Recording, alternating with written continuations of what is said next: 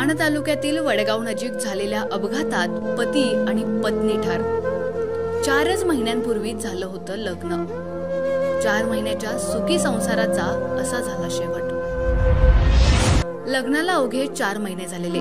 दोघांच्याही अंगावरची हळद अजूनही पिवळी असताना तिच्या कपाळाचं कुंकू पुसलं गेलं आणि त्यानंतर काही वेळातच तिनेही जीव सोडला। ही घटना कुठल्याही सिनेमातील नव्हे तर माण तालुक्यात प्रत्यक्षात काल घडलीय।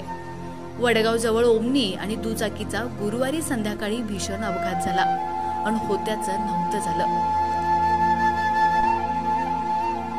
दीपक आणि अक्षदा यांनी रंगवलेली सुखी संसाराच्या स्वप्नांचा चुराडा झाला।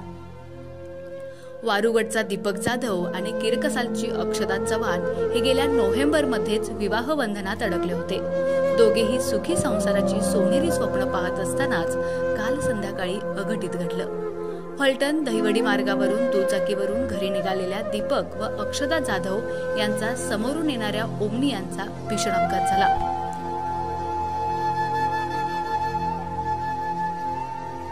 या अपघातात दुचाकीस्वार दीपक आणि अक्षदा तसेच ओमनी चालक गंभीर जखमी झाले। अपघातानंतर काही वेळातच दीपकचा मृत्यू झाला। गंभीर अक्षदाला उपचारासाठी साताराला हलवण्यात आलं होतं। मात्र नियतीनं तिचं कुंकू पुसून अवघे काही तास उलटले नसतानाच अक्षदाने देखील या जगाचा निरोप घेतलाय। या अपघातात 2 जीवांच्या मृत्यूबरोबरच सुखी संसाराच्या स्वप्नांचाही चुराडा झालाय।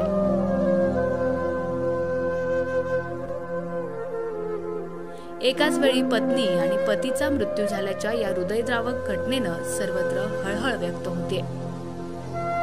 मानदेशी आवाजसाठी संपादिका हाफिजा तांबोळी गोंदवले।